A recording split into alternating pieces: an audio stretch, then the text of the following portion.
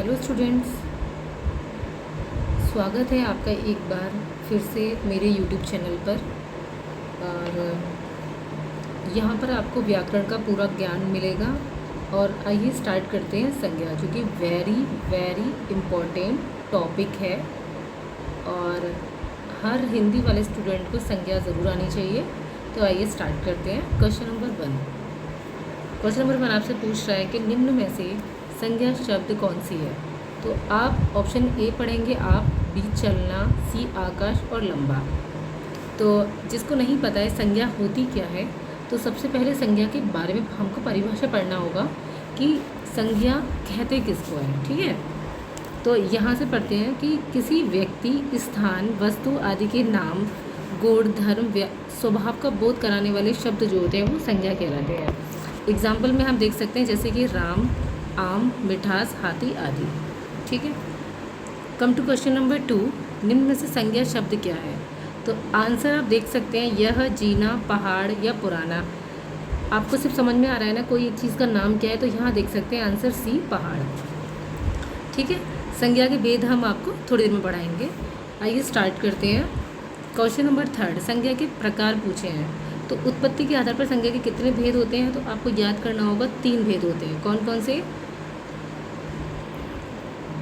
आगे हम देखते हैं कौन कौन से 3 भेद होते हैं संज्ञा के। तो संज्ञा के 3 भेद होते हैं जो कि मोस्ट इम्पॉर्टेंट है, आपको लिख लेना होगा अपनी कॉपी के अंदर।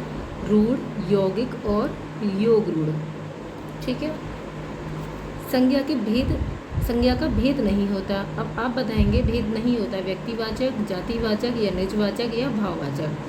तो आंसर है सी, निजवाचक, इसका कोई भेद नहीं है। और अब हम पढ़ते हैं आगे भेद किसे हैं, कौन कौन से भेद होते हैं संज्ञा के। तो संज्ञा के भेद जो हैं वो हैं 5 प्रकार के। तो कितने भेद होते हैं संज्ञा के, 5 प्रकार के। आप संज्ञा की परिभाषा लिखेंगे यहाँ से। ठीक है, नंबर 1 आप संज्ञा की परिभाषा यहाँ लिखेंगे और फिर संज्ञा के 5 भेद लिखेंगे। व्यक्तिवाचक संज्ञा पहला पॉइंट, दूसरा जातिवाचक, तीसरा भाववाचक, चौथा समूहवाचक और 5वां है दृश्यवाचक। ठीक है, तो आइए क्वेश्चन नंबर, ये समझ में आ गया आपके 5 भेद होते हैं संज्ञा के। ठीक है, अब हम संज्ञा का एक एक भेद पढ़ेंगे। जैसे व्यक्तिवाचक क्या होता है, तो इनमें से व्यक्तिवाचक संज्ञा नहीं है। क्वेश्चन नंबर 5 पूछ रहा है आपसे कि इनमें से व्यक्तिवाचक संज्ञा कौन नहीं है। तो व्यक्तिवाचक संज्ञा में किसी चीज़ का नाम हो सकता है, जैसे त्रिपिटक ग्रंथ है ये, तो नाम हो गया। भारत, ये भी एक संज्ञा है। गंगा भी एक संज्ञा है। लेकिन व्यक्तिवाचक संज्ञा इनमें से कौन सी नहीं है, तो हमसे क्या पूछ रहा है क्वेश्चन, व्यक्तिवाचक संज्ञा नहीं है। तो लेखक जो है ना वो व्यक्तिवाचक संज्ञा नहीं है। कैसे, व्यक्तिवाचक संज्ञाएं होती हैं, आप हम यहाँ से देखते हैं। लेखक जातिवाचक संज्ञा शब्द है। लेखक क्या है, ये एक जाति की बोध कराती है आपको। जैसे कि जाति का कैसे बोध कराएगा, आपको ये पता होगा लेखक विभिन्न तरीके के हो सकते हैं, हिंदी के, इंग्लिश के, ज्योग्राफी के, लेकिन जो कि लिखेंगे। ठीक है, जो कि कविता, कहानी, उपन्यास, नाटक, लेखन शैली, यात्रा वृत्तांत, वो सब कुछ जो लिखेंगे उन सबको लेखक कहा जाएगा। तो ये एक जाति हो जाएगी सारे लेखकों की। ठीक है, जैसे कि जातिवाचक संज्ञा पढ़ते हैं हम यहाँ से, जैसे जुलाहा। ठीक है, ठग, प्रोफेसर, वर्षा, ये एक जाति हो जाएगी इन सबको, जैसे जुलाहा है। ठीक है, तो जुलाहा कौन लोग होते हैं, तो उन सब की कैटेगरी, जो जुलाहा कपड़े बेचने वाले, ये जो काम करने वाले लोग जो होते हैं वो जुलाहा। ठग, जो सबको ठगते हैं। अब वो कैसे ठगेंगे, पैसे से ठग सकते हैं, आपको आर्टिफिशियल इंटेलिजेंस के थ्रू ठग सकते हैं।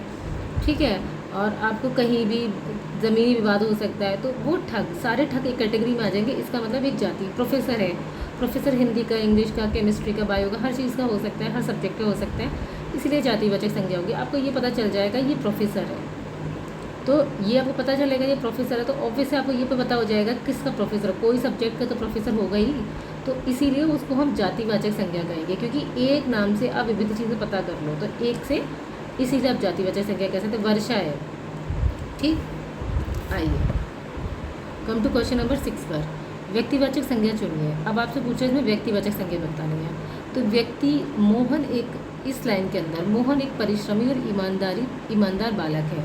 तो इसमें आपने क्या देखा कि मोहन, ऑप्शन ए, बी बालक, सी परिश्रमी और ई ईमानदार। हम पढ़ते हैं नीचे, मोहन एक परिश्रमी और ईमानदार बालक है। वाक्य में मोहन व्यक्तिवाचक संज्ञा है। आपको दिख रहा है ये कि व्यक्ति पूछ रहे हैं, इसमें कोई और व्यक्ति तो नज़र नहीं आ रहा, आपको मोहन नाम से व्यक्ति का ही बोध हो रहा है। ठीक है, अब ज्ञातव्य है जिस शब्द से किसी एक वस्तु या व्यक्ति का बोध हो उसे व्यक्तिवाचक संज्ञा कहते हैं। अब आप इसको अपनी परिभाषा में लिख सकते हैं। व्यक्तिवाचक संज्ञा क्या है, उसकी परिभाषा ये दे रखी है आपको। ठीक है, फॉर एग्जाम्पल, जैसे किसी व्यक्ति, वस्तु, स्थान आदि के नाम का बोध हो, जैसे राम, गांधी जी, गंगा, काशी इत्यादि। इससे आपको किसका बोध हो रहा है, व्यक्ति का। अब ये कहेंगे गंगा कैसे व्यक्ति हो गई, आपको पर्टिकुलर नदी नहीं बोला है, नदी आपकी एक जाति हो जाएगी, बहुत सारी नदियाँ हो गई, लेकिन गंगा से आपको एक इंडिकेशन मिल रहा है कि ओनली यही गंगा नदी है, 10 नहीं है, एक ही गंगा नदी है। राम एक ही है, गांधी जी एक ही है, काशी एक ही है जो बनारस में, यूपी में है। ठीक है, कम टू क्वेश्चन नंबर 7। अभी आपके डाउट्स रहेंगे, थोड़ी देर में आपको समझ में आने लगेगा कि संज्ञा थोड़ा सा स्टार्टिंग में 2-3 बार आप इसी क्लास को देखेंगे तो आपको अच्छे से समझ में आ जाएगा। क्वेश्चन नंबर 7 है, आपका घर जिस शहर में है उस शहर का नाम संज्ञा, आपका घर जिस शहर में है उस शहर का नाम संज्ञा का कौन सा भेद सूचित करता है। मान लो आपके शहर का नाम हो गया झारखंड। ठीक है, तो अभी हमने क्या बोला, पर्टिकुलर एक ये नाम है, ये क्या आपको समझ आ रहा है इसे, ये जाति का आपको पहला ऑप्शन है व्यक्तिवाचक का बोध करा रहा है, ये व्यक्ति है बिल्कुल भी नहीं, समूह है बिल्कुल भी नहीं, जाति का बोध कराएगा आपको, ये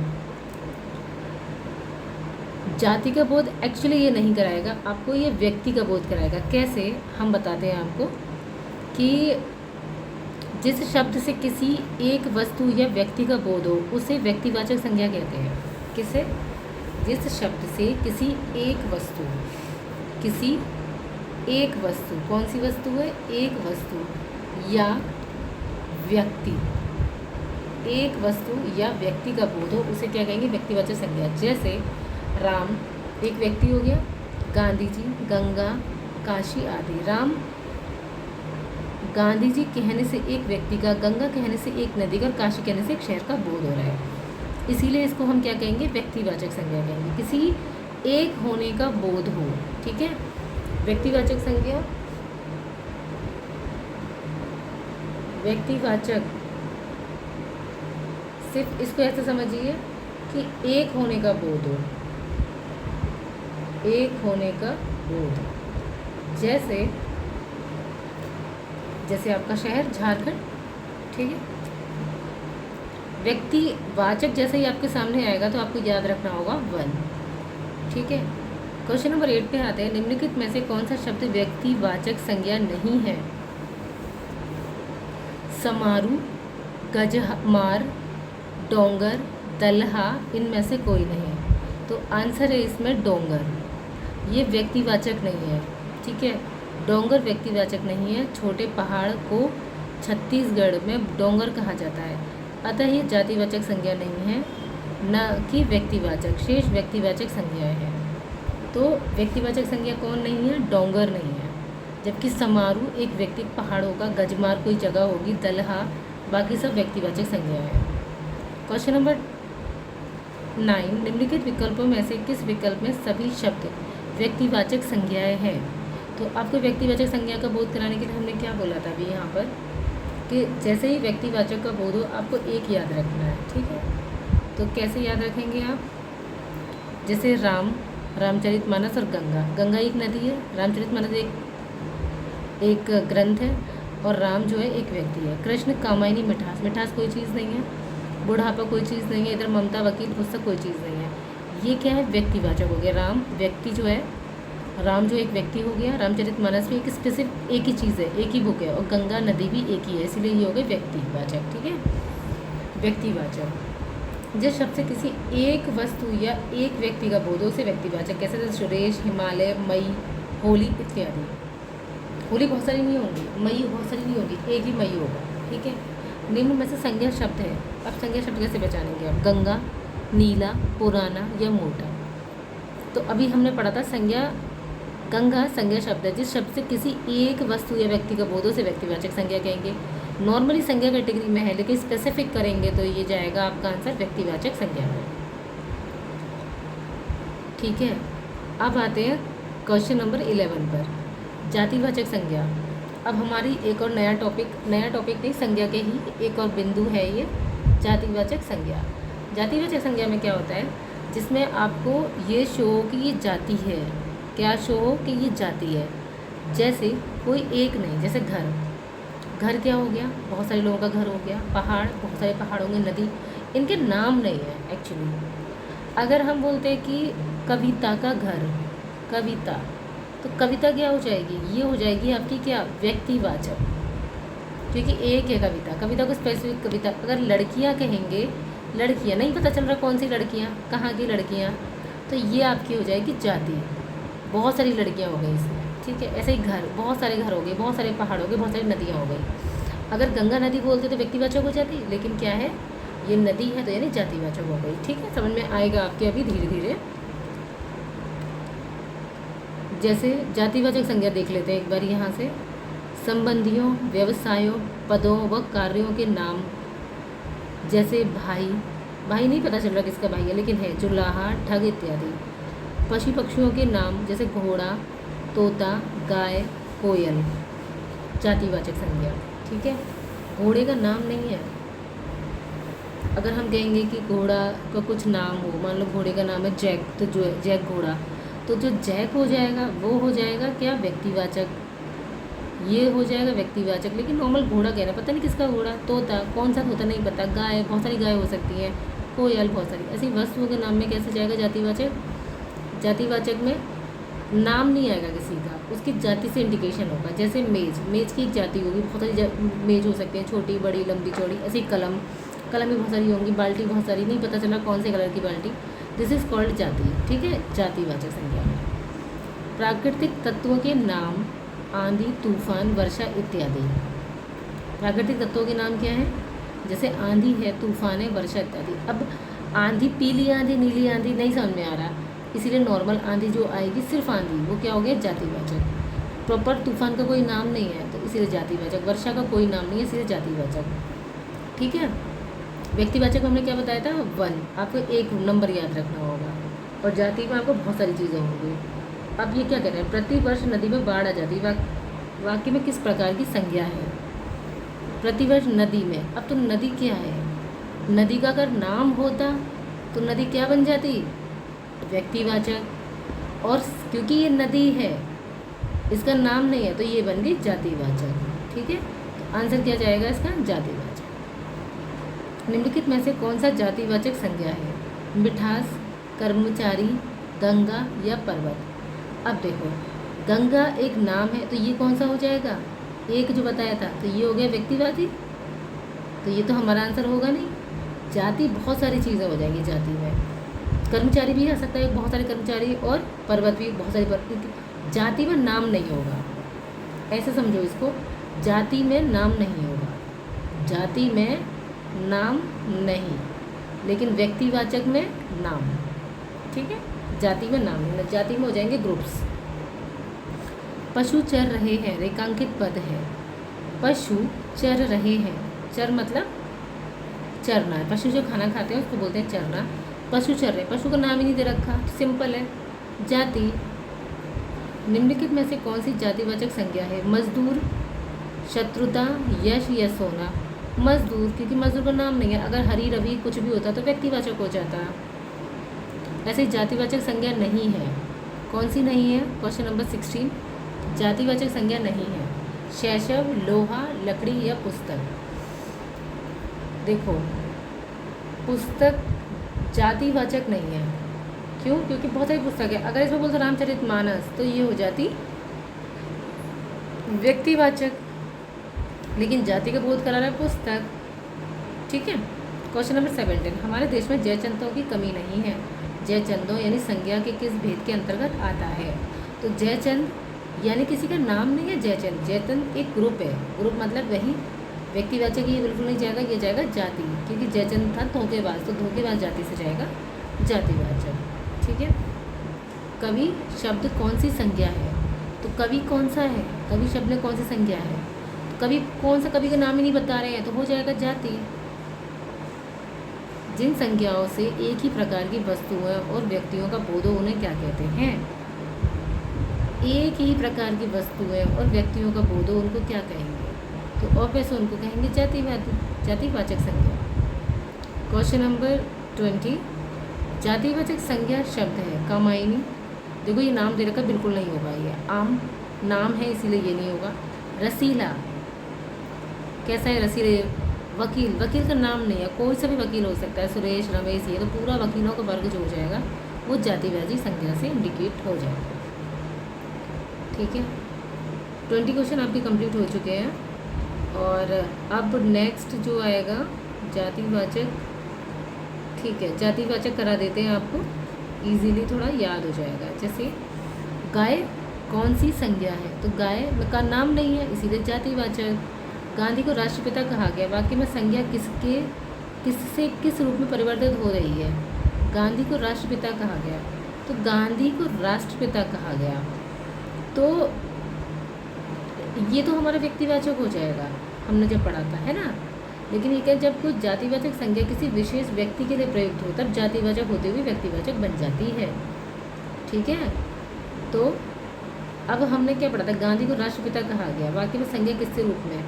तो ये जाति इंडिकेट करेंगे। व्यक्ति में हमने गांधी जी बताए थे, एक थे। ये जब कोई जातिवाचक संज्ञा किसी विशेष व्यक्ति के लिए प्रयुक्त हो, जाति इसमें कौन सी है? राष्ट्रपिता, राष्ट्र के पिता, और तब वह जातिवाचक होते भी व्यक्तिवाचक बन जाती है। गांधी जी एक व्यक्ति हो गए, जैसे गांधी जी को राष्ट्रपिता कहा गया, इस वाक्य में गांधी शब्द जातिवाचक होते हुए भी, गांधी शब्द क्या है? जातिवाद होते हुए भी विशेष व्यक्ति की प्रयुक्त होने के कारण व्यक्तिवाचक बन गया है। ठीक है, तो इसका आंसर होगा व्यक्तिवाचक। ये जातिवाचक होते हुए भी, मतलब राष्ट्रपिता वाली बात कर रहे हैं, लेकिन गांधी जी क्योंकि दुनिया में एक ही है और व्यक्ति कौन होता है? एक ही, तो इसका आंसर जो जाएगा वो व्यक्तिवाचक जाएगा। ठीक है, राज्यपाल में कौन सी संज्ञा है? संज्ञा व्यक्तिवाचक है, जातिवाचक है, समूहवाचक है या भाववाचक है? तो राज्यपाल में नाम नहीं दे रखा, इसीलिए हो जाएगा जाति, एक पूरी जाति को कर रहे हैं। जैसे घर, घर का कोई नाम नहीं पता, पर्वत कौन सा पर्वत है? सुमेर पर्वत है, कंधार पर्वत है, कौन सा पर्वत नहीं पता। मनुष्य कौन सा मनुष्य, नाम नहीं है। नदी कौन सी नदी है?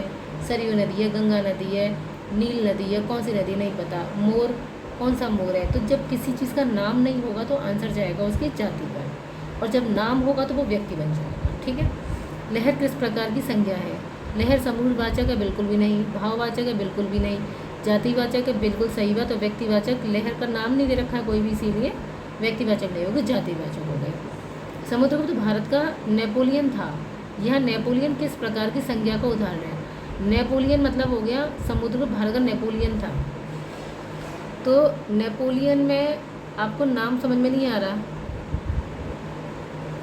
इसको हम ऐसे समझते हैं कि नेपोलियन एक जातिवाचक संज्ञा है। वस्तु तो ऐसी व्यक्तिवाचक संज्ञा जो अपने विशिष्ट गुण के कारण पूरे वर्ग का प्रतिनिधित्व करती हैं, तो वे जातिवाचक संज्ञा कहलाती है। जैसे कि जब वो जातिवाचक संज्ञा कैसे कहलाती है? जब कोई एक विशेष पूरे वर्ग को इंडिकेट करती है। तो जातिवाचक क्या है? जातिवाचक ये पूरे वर्ग को इंडिकेट करती है। ठीक है, किसको? पूरे वर्ग को। जैसे जाति तो एक कास्ट वाली बात भी होती है, कास्ट। तो एक कास्ट होते हैं, मानो हम कास्ट ले लें यहाँ पर भूमिहार। ठीक है, तो ये पूरी एक कास्ट को, एक पूरी कास्ट को, उस पूरे वर्ग को बताती है कि हाँ भाई इतने लोग इस देश में, इस राज्य में भूमिहार है। ठीक है, ऐसे ही जब कोई किसी के बारे में बताता है कि नेपोलियन जातिवाचक संज्ञा है, जब नाम तो इसका जाति से आ रहा है। ठीक है, नेपोलियन एक जातिवाचक संज्ञा है। क्यों? वस्तुतः ऐसी व्यक्तिवाचक संज्ञा जो अपने विशिष्ट गुण के कारण पूरे वर्ग का, विशिष्ट गुण क्या था इसको? जैसे कि भीष्म, भीष्म पितामह, गांधी, हरिश्चंद्र, कालिदास, ये सभी व्यक्तिवाचक संज्ञा है, परंतु अपनी विशिष्टता के कारण ये जाति बन जाती हैं तो ये व्यक्तिवाचक हैं, तो सबके नाम। भीष्म क्या है? भीष्म पितामह, भीष्म पितामह, ठीक है, गांधी जी, इनको दुनिया में सब जानते हैं। ये नाम है, तो नाम किसके हमने बताए थे? जब नाम बनता है तो व्यक्तिवाचक, लेकिन जब इनका बहुत नाम रोशन हो जाता है तो ये फिर एक कैटेगरी को बिलोंग कर लेते हैं, जिसको बोलते हैं हम जातिवाद, जातिवाचक। तो ये सब एक जाति को बिलोंग करते हैं, एक बड़े समूह को, एक बड़ा वर्ग जो इसमें शामिल हो जाता है, बड़े वर्ग से इनको इंडिकेट किया जाता है, इसीलिए जातिवाचक संज्ञा हो गया। ठीक है, अब कल की क्लास में हम पढ़ाएंगे आपको भाववाचक संज्ञा। आज के लिए आप अपनी समझ बनाइएगा, इसको 2-3 बार पढ़िएगा, आपको समझ में आ जाएगा। ओके, मिलते हैं नेक्स्ट क्लास में। Thank you so much.